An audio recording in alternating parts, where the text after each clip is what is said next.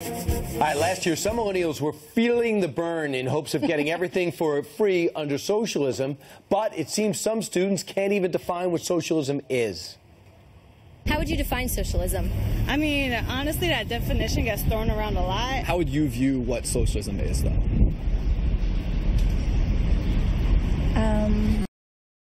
Quite honest, I don't know. It could really benefit our country in the future. I think it's a good idea. Trying to spread the wealth is definitely a good thing in America, and it's definitely a thing that's needed.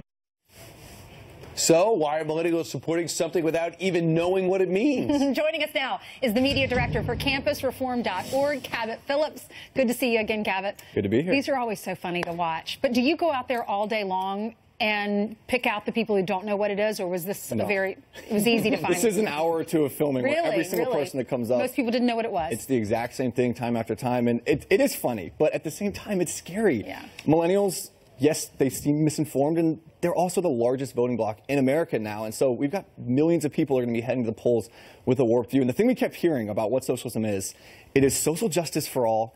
It's equality for all. And the only thing that's equal for everyone is the misery under socialism. Right. Well, apparently they skipped class that day. Here's something that's troubling. YouGov did a poll. 45% of young Americans would be likely to vote for an openly socialist presidential candidate. This just goes back to so many people loved Bernie Sanders in the last cycle, even though they like the idea of free everything. They just didn't know what socialism really was. In that same poll, 53% of students admitted that they think socialism would work better for our country than a free market system.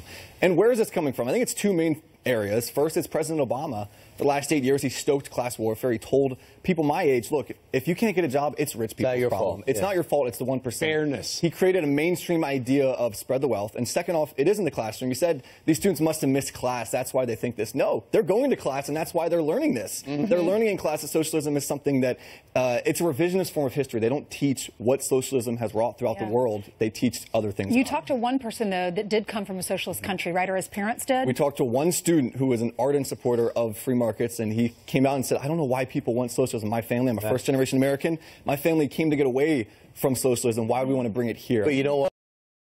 Because they're explaining that capitalism has no net. This is the first time in their lives there's no script. So there's no guarantee of success, shelter, food, in the purity. So it's game on. A lot of them don't want to compete. That's what capitalism demands. You have to compete. It's equal outcome versus equal opportunity. And sadly, most people my age are being taught that competition is scary because there's a chance of losing.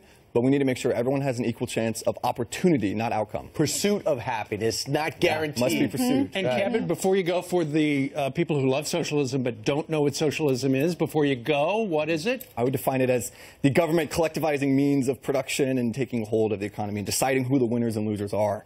And, we'll have a class here. We'll also have a fundraiser. Send these students to Venezuela for spring break next year. Cabot's new name? The winners of the government. Yeah, exactly. Cabot's new name is Webster. Thank you for that definition. That was great. Still ahead, everywhere.